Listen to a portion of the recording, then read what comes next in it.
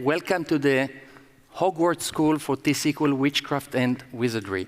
So our session for today, that's at least the public title that we have for it, is Beware of Non-Deterministic T-SQL Code.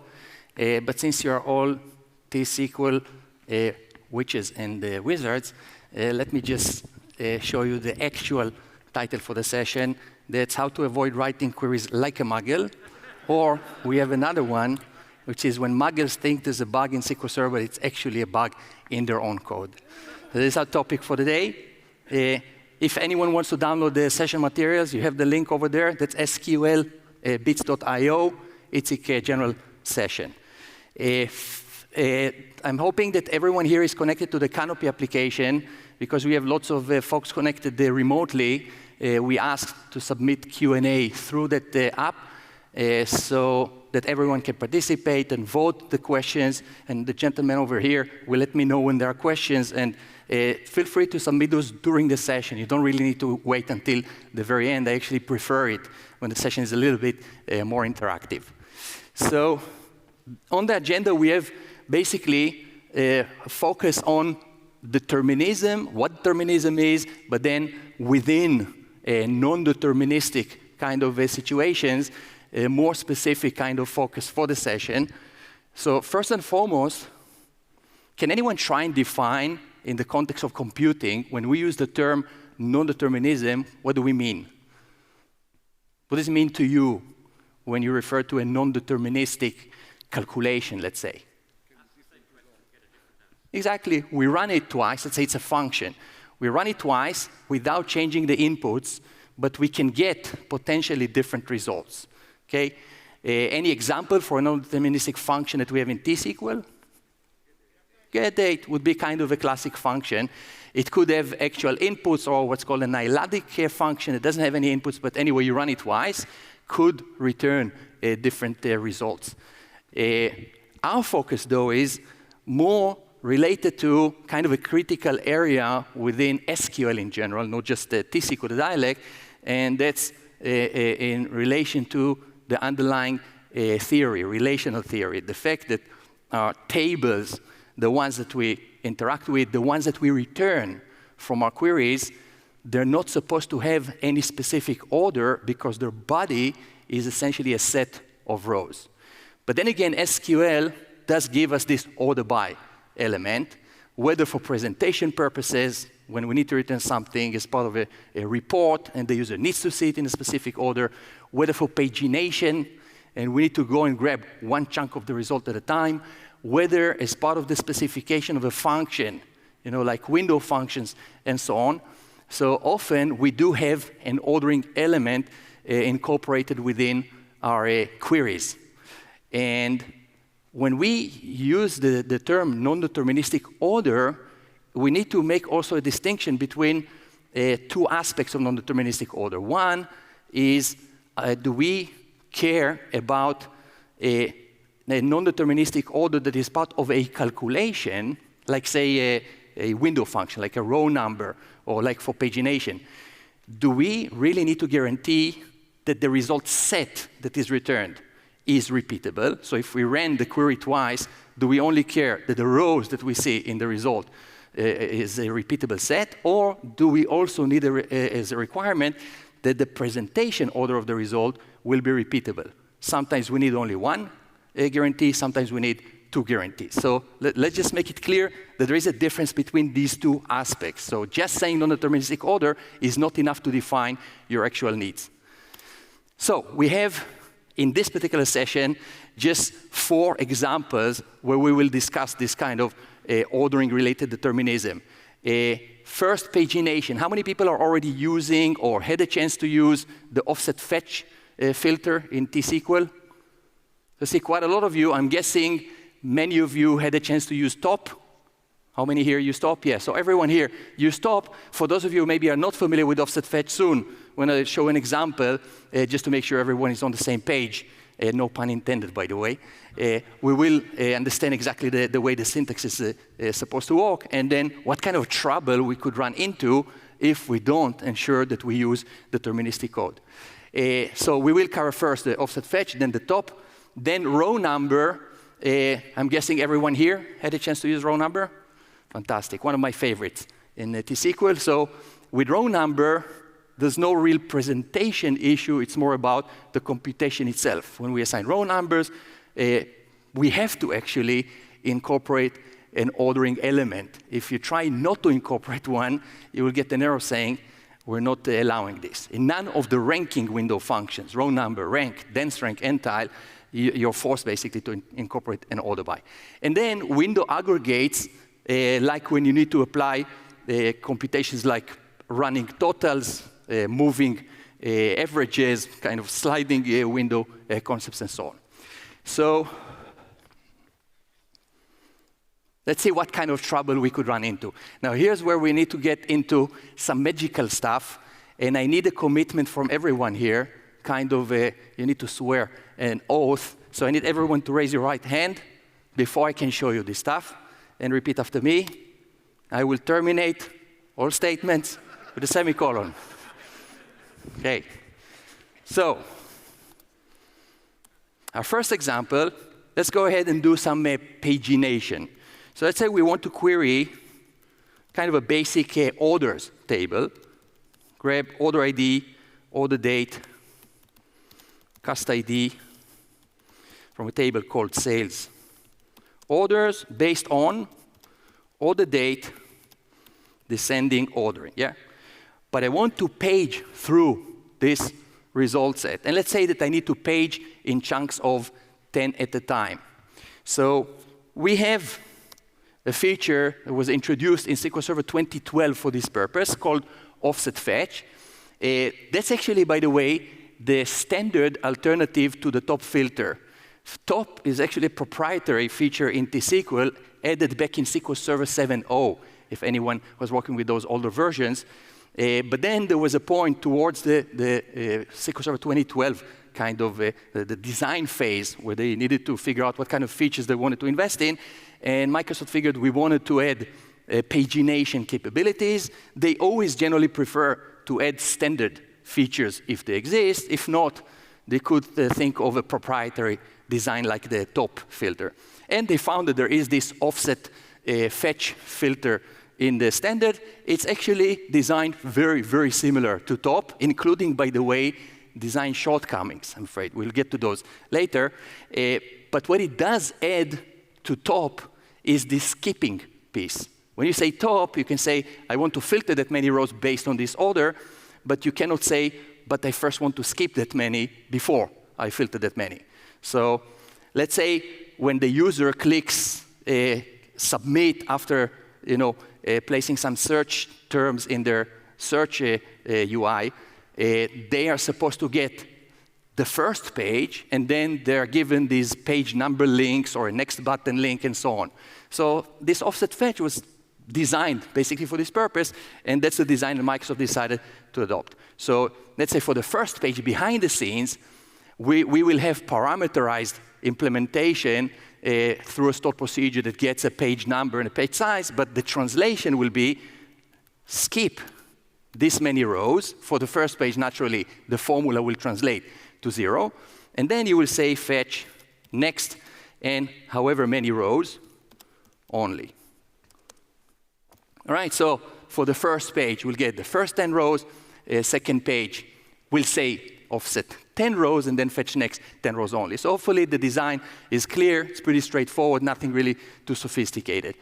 Internally, by the way, the optimization simply uses the top operator that was originally designed to support a top filter. They just added a property called offset that tells it how many to request but not deliver to the caller. The operator just discards those, and then it proceeds to the top filter piece that says, OK, give me that many more, but do return to the caller. So optimize almost identical to the top filter. OK, now the determinism issues. So in this request for the first 10 rows, notice what I'm getting. I'm getting these rows where the date is the primary ordering element. Actually, in this case, the only ordering element in descending order because we want to see the most recent first. And as you can see, obviously in an orders table, the order date is not a unique element. So what we get here is what's called in mathematics, there is a term called total ordering, and there's also strict total ordering. Total ordering is when two members always have a relationship of one being less than or equal to the other. Strict total ordering, we have a relationship where always in two members, one is less than the other. So here, we do not have strict total order. In other words, the ordering is non-deterministic among rows with the same date. Of course, between rows with different dates, we do have a deterministic choice, but not between rows with the same date.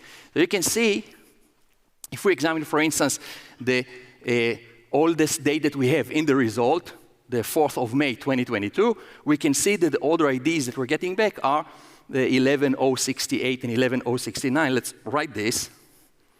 11068, 11069. And then let's go ahead and request the next page. So the user clicks the next button, or give me page number 2.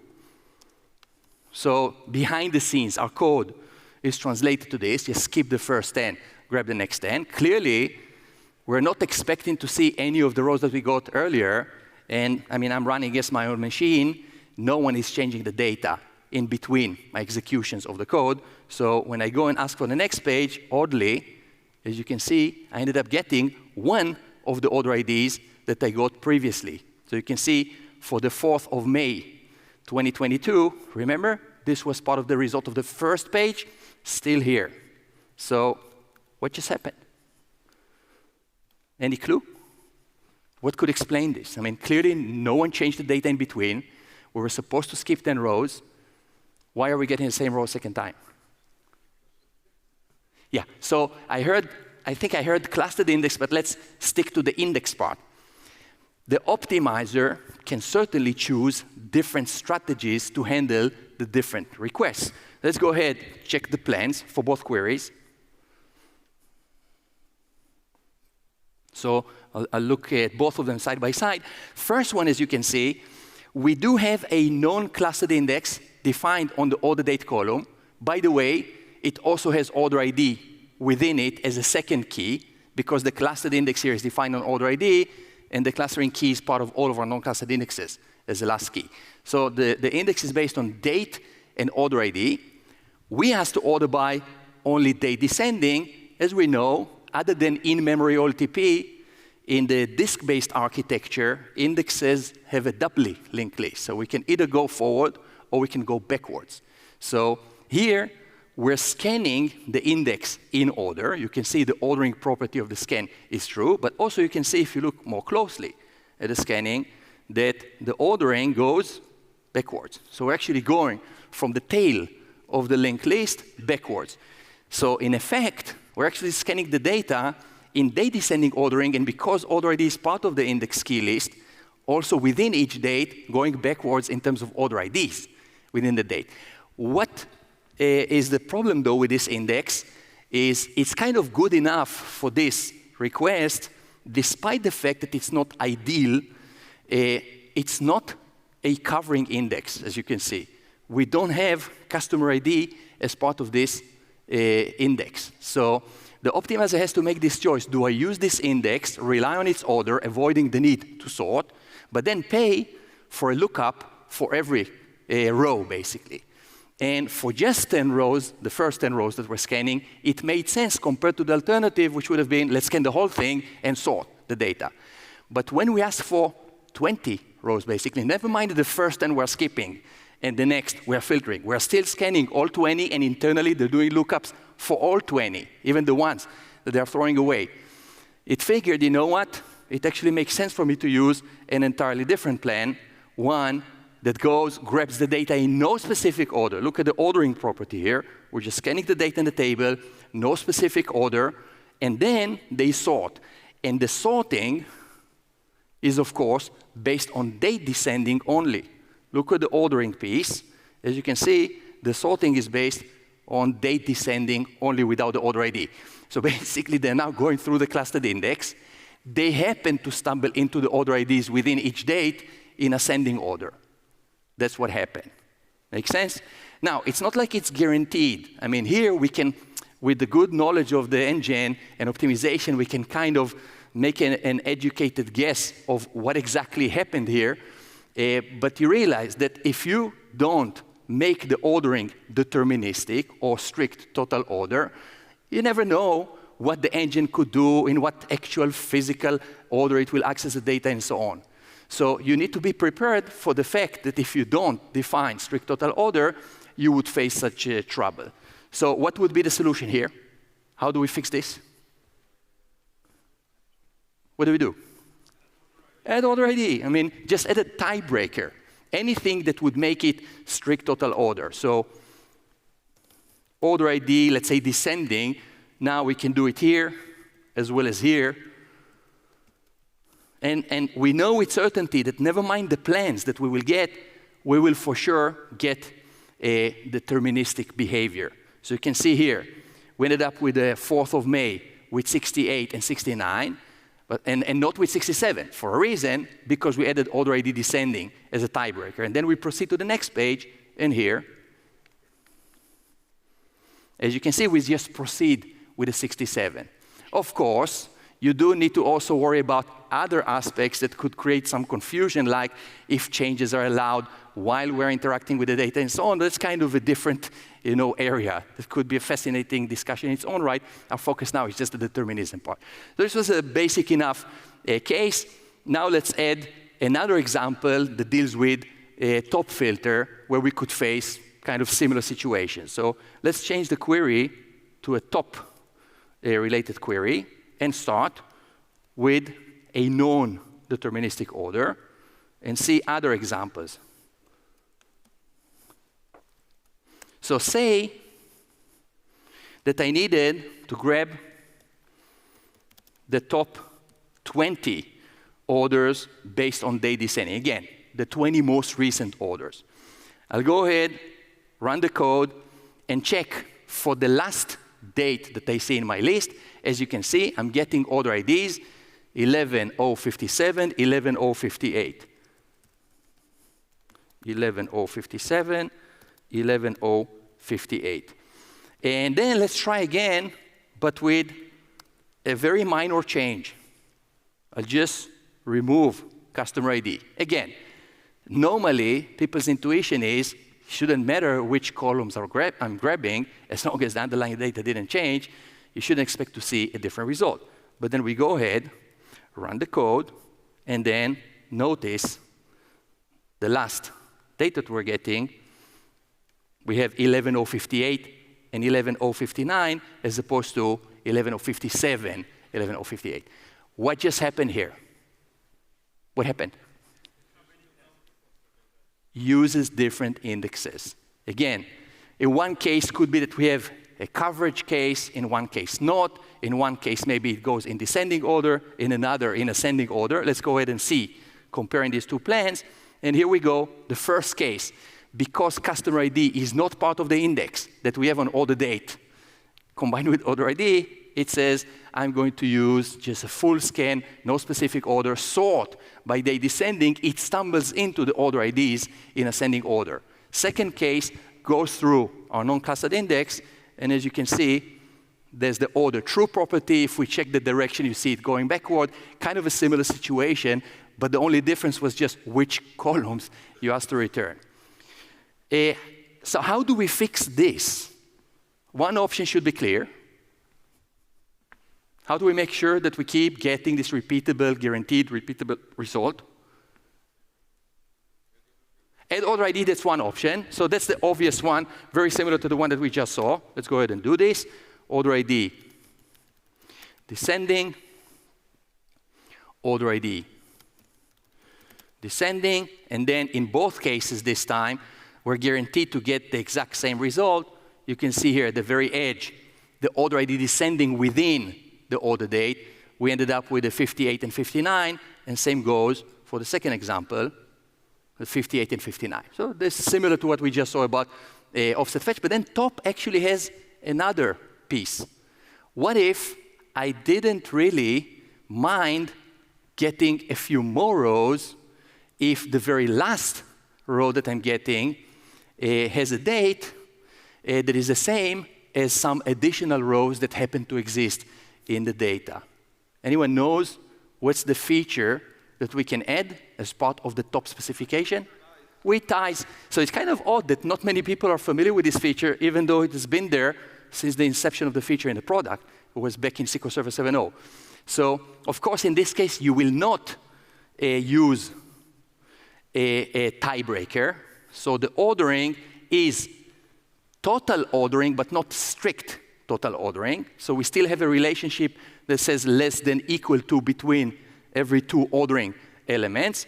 But by saying with ties, we're just allowing it to kind of look ahead and retrieve whatever additional rows exist with the same date, like the last one that we did get into. Yeah? So you can check both of the results, and you will see that the result set is identical. Not necessarily the presentation order between the rows with the same date. Again, this is a distinction that you want to make sure that you understand and ask yourself, do I need both the set to be a repeatable set as well as the presentation order to be one? So you can see if we go to the very edge of the data that for the rows with the 29th of April 2022, we ended up getting 3 and in total 21 rows instead of the 20 that we asked. Okay? By the way, if anyone ever wondered, you notice that when I use the offset fetch filter, the syntax says offset that many rows, fetch next that many rows only. Anyone has an idea what's the only piece? I mean, many people ask me, it just seems strange. Why do I need to add only? Is it not clear that I want only those rows? So remember I said the offset fetch is actually the standard alternative to top.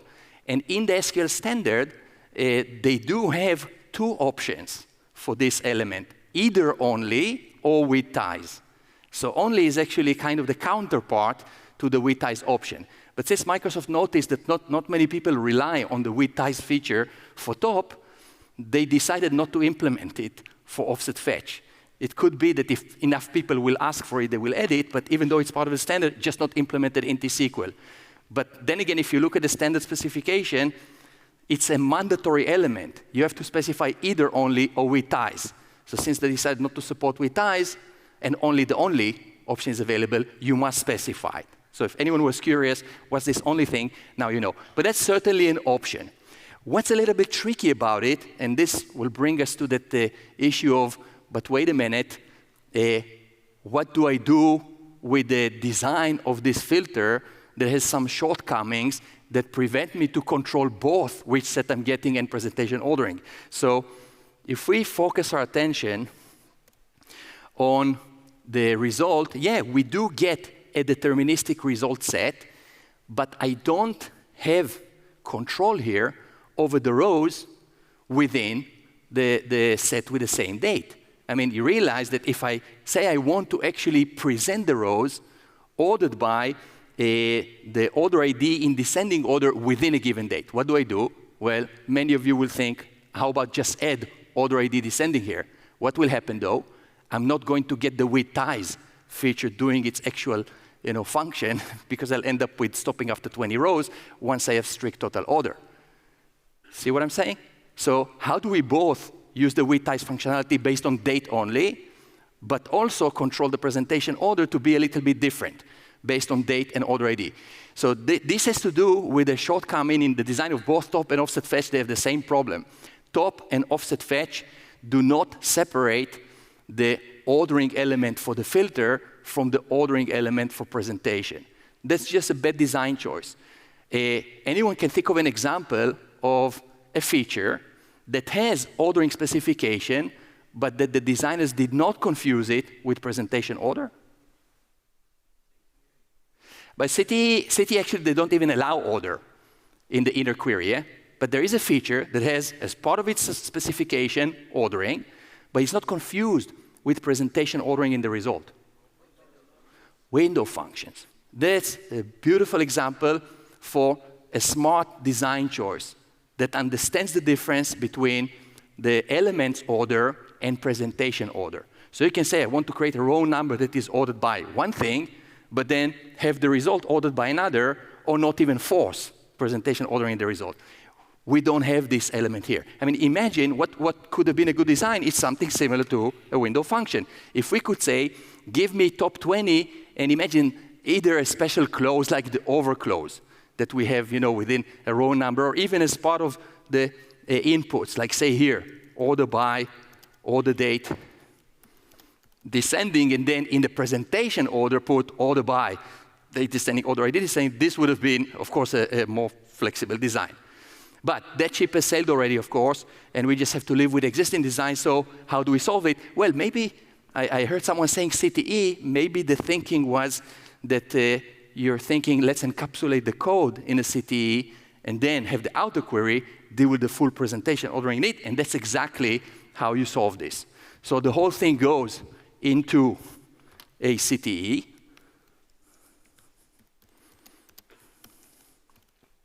So a named table expression, basically, could be a CTE, could be a derived table, could be even a view if you use this code a lot. And then, normally, as we know, T-SQL won't even allow you to put an order by in an inner query when you encapsulate it in a named table expression. But there's an exception when you use top on offset fetch exactly to enable this functionality. So as soon as it gets encapsulated as an inner query, the order by serves only the filtering element kind of functionality, but it does not serve the presentation ordering functionality anymore. So if I just say select from CTE, I have no guarantees about presentation ordering. But at the same time, I can use different presentation ordering than the one I used in the inner query. That's how we fix this. So now select from CTE, order by, order date, descending, and then order ID descending. And now we have our 21 rows, correct selection of rows, which is deterministic, but also full deterministic control over presentation ordering, right? So that's basically how we fix it. Now, that's not the only issue that we could face because of this non-deterministic order. We can run into far worse situations. So let's go to that example of a function that was designed better in terms of separating ordering for the function from ordering for presentation. And like we said, window functions like row number. So let's see an example of computing a row number. Or let's actually do this within a CTE. Select. And then let's just grab everything from the table, just so that in the outer query, we can select only the specific pieces that we like. Yeah? There is an inlining process that will take place here. And based on what we asked in the outer query, those are the only columns that will be requested.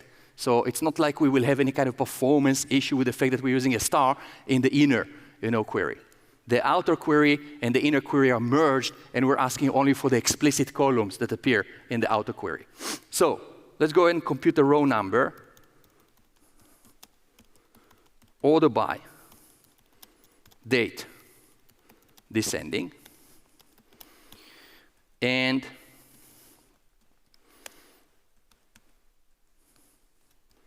now let's do this. First of all, you can see that part of C is now a table that I'm defining using this CTE. And as you can see, it includes also this column called N, besides the original columns from the table. And now I want to reference the CTE not just once, but more than once. What could be the trouble that I can get into? Well, remember I just said there's an inlining process happening here. It's not like C represents a persisted kind of result, like a temporary table that holds the data. C gets inlined for every reference. And if I have more than one reference in the code, it can get inlined more than once. And the physical treatment for each of those references could use different indexes and so on. So you're probably already processing the kind of trouble we could run into. So let's first just do a simple maybe join between two instances. C as C1, inner join. C as C2, on C1, order ID equals C2, order ID. And then let's first pick the same set of columns from both sides. So C1, order ID, C1, order date, C1, customer ID. Let's show also the row number, and then same thing from C2, or C1, thank you. So C2, 2, 2, and 2. Do we expect to see different row numbers in the two cases? No. And indeed, we see the same row number. So obviously, if I go and add a filter that says, well, show me only the rows where C1n is different than C2n, I'm expecting to see an empty result, right? And I do see an empty result. But then, what if I need only a subset of the columns that I'm grabbing from the other side? What now? Or what just happened? I mean, C, clearly, intuitively, everyone will expect to represent the exact same thing, but clearly it isn't, because we have two separate references. As you can see, here's one, and here's the other. One representing C1, one representing C2. In one case, we have a covering index, so we go through that index. Same index that you saw before in the top and offset fetch examples, we go in backwards direction, and we end up scanning the order IDs in backwards order. In this case, we don't have coverage, and it's a big enough set that it decides not to bother with the lookups. We go, order the data by date descending, but internally we scan it in ascending order ID ordering. So here, of course, we have some similar options like before. What's the most obvious option to fix this? How do we fix this? Yeah, so the one option is to fix the inner ordering, and not exactly by cast ID, but to make it basically strict total order, right? Like we did before with the tiebreaker, we can always add something that makes it unique. That's an option. Yeah, descending, ascending, and now we're getting the right thing. I mean, it's not the right thing, it's an empty set, but just to demonstrate that we're getting the same row numbers, it is. What will happen is that never mind which set of columns you're grabbing from each side, you're guaranteed to get the same rows. Now, I'm simplifying things a little bit. There's also all kinds of issues with, isolation level that you're using and so on. We're still accessing the input more than once. So if there's a lot of changes in the data while you're doing this, there are some bizarre situations where you could end up with different results. But again, that's kind of a different topic, fascinating in its own right, but outside the scope of this discussion. At least in terms of there were no changes in the data, you're guaranteed to get the same representation. But with row number, we have a couple of additional options. What if I actually need to produce the same ranking values given the same dates? We have alternative functions to row number. What are those? That will produce the same value given the same ordering element. Rank or dense rank. Small difference between them. Rank will reflect the count of rows that have a smaller or greater than ordering value. Yeah, in this case, when we say descending, greater ordering value, +1. So if I have a date that has 4 rows that have a more recent date than it will be assigned with rank 5. But if I have 7 occurrences of this date, I will still get the 5 for all of them. Dense rank, just a small difference, it tells you how many distinct dates have a greater value +1.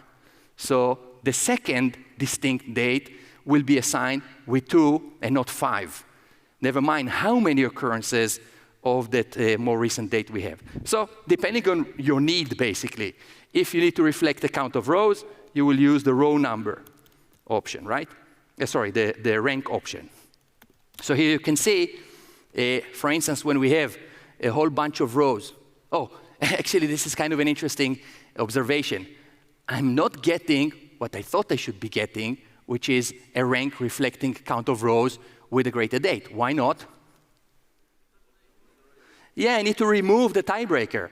I mean, a tiebreaker is the option we use to fix the non-determinism issue with the row number. But by design, rank and dense rank should work with non-strict total order. Otherwise, they become row number. When you use rank or dense rank with strict total order, that's row number.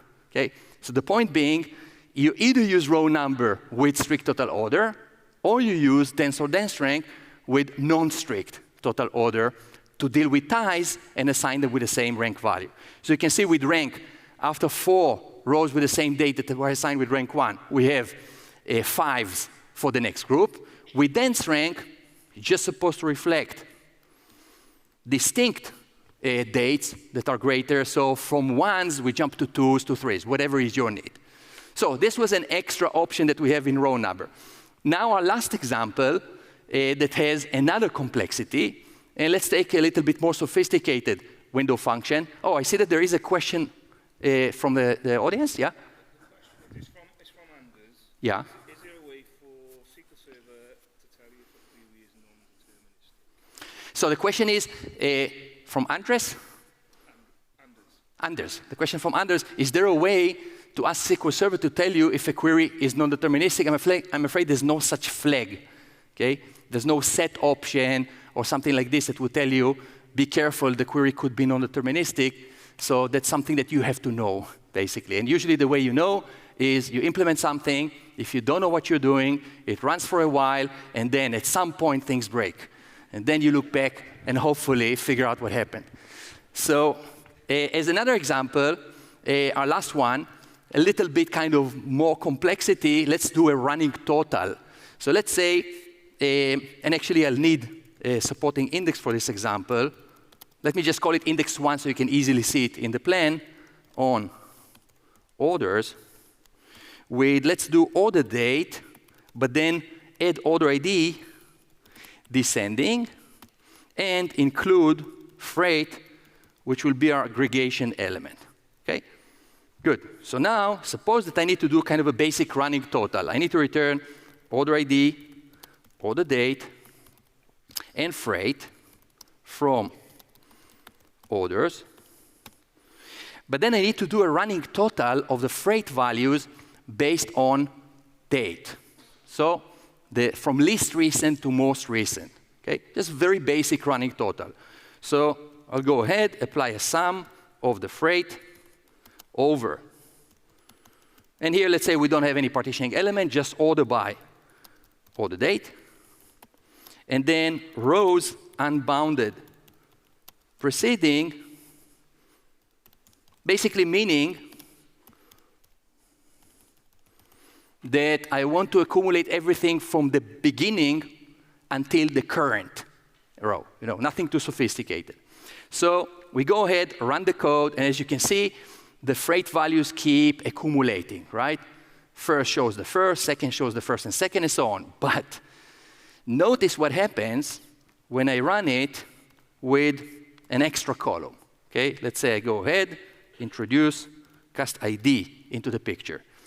Notice here, for the 2 rows with the same date, that the freight value is accumulated to 85.33, then 151.16. Let's see the second version.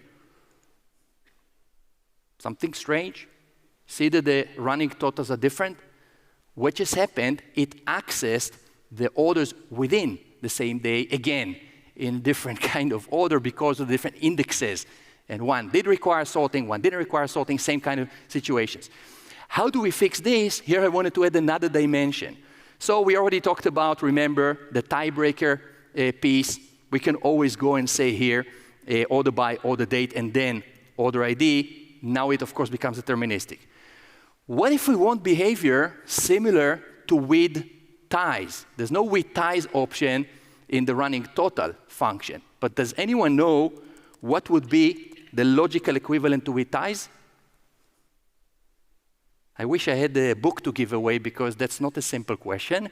But does anyone know what's the equivalent to with ties in a running total scenario? Range, very good.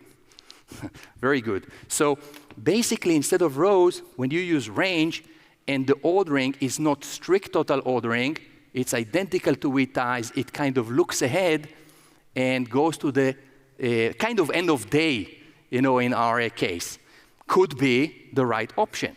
As you can see, we have both rows with the same date presenting the end of day total. If this is the right thing for us, we're done. It now became deterministic. But there's yet another option. It does have a certain caveat to it. If I really need to show the end of day total for all rows with the same date, what if I don't really need to show the individual orders? What if I just need to show a row per day? So the obvious thing to do here is naturally to group. So, and those of you that attended my seminar, this is your opportunity to show that you were listening. So you go ahead, group by the order date, then go here, remove, of course, the order ID, show the order date. We will show for each day the daily total, just a basic group sum, yeah, which is the daily total. And we expect the sum over order by the date, and then rows or range unbounded preceding, of course, shouldn't matter anymore, you realize, because now we have a group per date, not multiple. So rows range, if we have only one row, doesn't matter. So with this in mind, you're supposed to get the correct result. How many people think it will produce the correct result?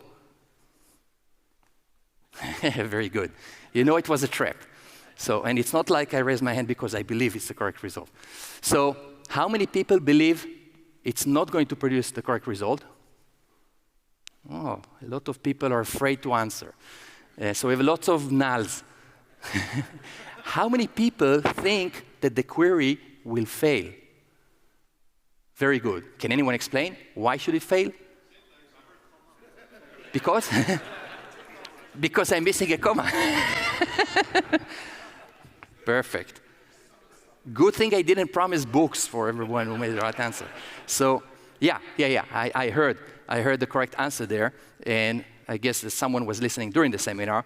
The situation is this. First, let me run it, show the error that we're getting, and the error should look very, very familiar. It's this very same error that you get when you have a plain group query, and then you return something that on one hand is not part of your group by, and also not contained within an aggregate function. So forget the window function for a moment, yeah? If we ignore the window function, yeah? Currently, of course, the group query is valid, I hope. There's no extra comma. But as you can see, it's kind of a basic group query, nothing too sophisticated about it. If I wanted to add to the result freight, would this be allowed? No. But you know very well why. That's the basic requirement in group queries. They're supposed to operate on the entire group and return only one result row per group. And if you want to return something in the select or use it anywhere in the query after the data has been grouped, it has to either be part of your grouping set, one of the elements in the group by, or contained within an aggregate function. So if we'll try this, we'll get this very familiar error. The kind of strange thing that we see here, though, is that we didn't really refer to freight as a standalone element. We did refer to it as an input to an aggregate function. So why did we get the very same error? And the answer is that this is not a regular aggregate function. It's a windowed aggregate function. And the error message was just introduced into the product decades ago, before window functions were even a thing. So it's not like after they added window functions, they went ahead and checked all of the error messages and said, here we should have really said it has to be either part of the group by or contained within a group aggregate function. What we need to remember about window functions is, for those of you who are familiar with the concept of logical query processing, the context in which window functions operate is in the select phase. It's after we process the from with all of the joins. It's after we process the where with any filtering. It's after we processed the group by if a group by was present. And after we processed having if having was present. We get to that select phase. The window function inputs both the input to the function itself and anything you put in the overclose, in the partition by, in the order by.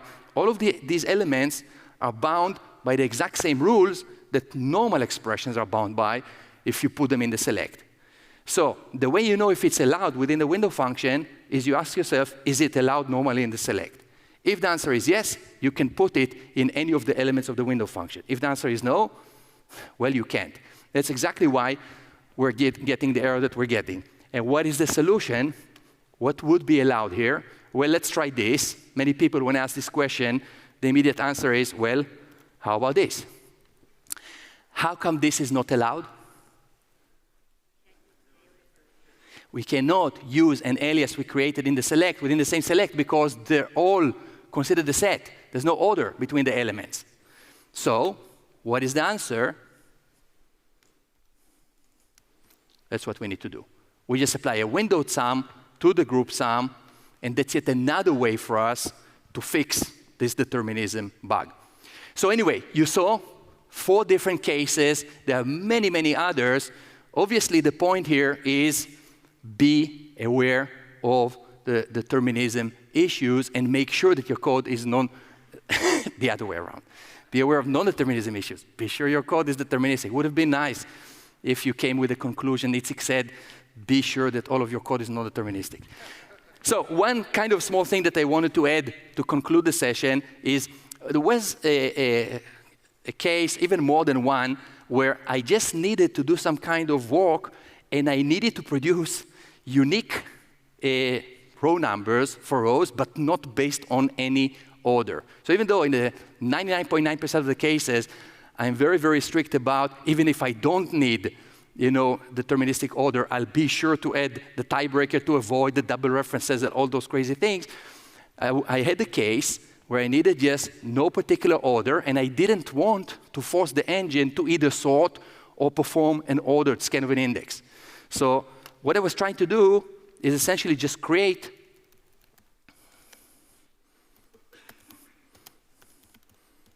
a row number in no specific order.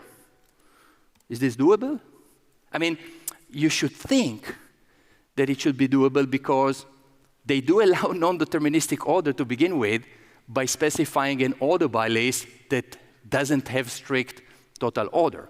So yeah, I could say row number over and then say order by order date, even though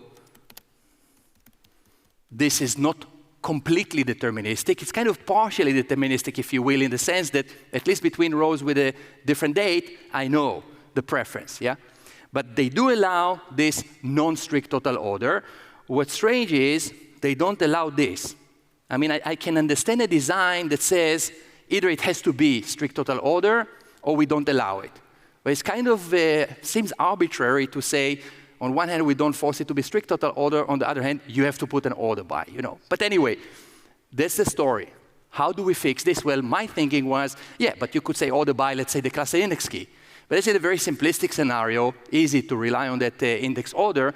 Many queries are far more complicated with a lot more going on, and you won't always be able to avoid an actual sort and things like this once you stick an order by. So my next thought was, well, how about, I know the optimizer is pretty smart, or the people who wrote it are pretty smart, and if I order by something that is the same for all rows, it should know and not really sort. So my first attempt was, what if I just pick a constant? Like a no order, or like a number. It should know it's the same value for all rows. I don't really need to sort. But then you try it and you get incorrect syntax near, actually, sorry, I meant this, of course, over order by 0. So you look at the error message and it says you cannot use this because it's a constant. So, in other words, it says you're trying to trick me and I won't allow it. So the next kind of thinking is, how do we make sure that it's not a constant? How about if we try to make it an expression? How about this plus that? And then it says, well, I know that you're trying to trick me again. There is this kind of concept called constant folding in optimization. It's actually an early part of optimization. If it sees an expression made of constants, it folds them. If you look at the plan, you will see that it shows up as the result 1 in a compute scalar operation, and then it says, wait a minute, when you say order by 1, it's like when you say in the presentation order by the first expression. You're trying to fool me, I won't let you. How do we make it not realize that we're trying to fool it? Well, this is going to look very bizarre, but constant folding could fail, but the query not failing. You see what I'm saying? Constant folding is just, let's try to fold the constants, but maybe something prevents the constants from folding, so we'll just internally not be able to fold constants, but then proceed to full-blown optimization. So what if we write an expression that is invalid? Now, no one would expect this query to run, but it does. Why does it run? Because the constant folding phase actually failed, and internally, since it didn't manage to fold, it realized, okay, I have to order by the entire expression. Now it's not a constant, because it's an expression. But then it's the same expression for all rows. I don't really need to sort, so let me just scan the data in no specific order. Notice the ordering is false, and it just works. The nice thing is that another way to kind of prevent constant folding is to use a subquery. So when it says a subquery, it says it's too complicated, I'm not going to fold the constants. So saying, for instance, in a subquery, select 0, that's fine. And you know, I'm not too comfortable with the 1 divided by 0, if I'm honest. This one I'm more comfortable with. And then you can just make it a little more self-descriptive. You know, this basically for me, no ordering. You can personalize it, put anything that you like. So anyway, that's what I had for you. Please make sure that you fill your evaluations. You have the QR code. I hope you have a great time in the conference. Hope to chat with you during the breaks. Have a great time. Thank you very much.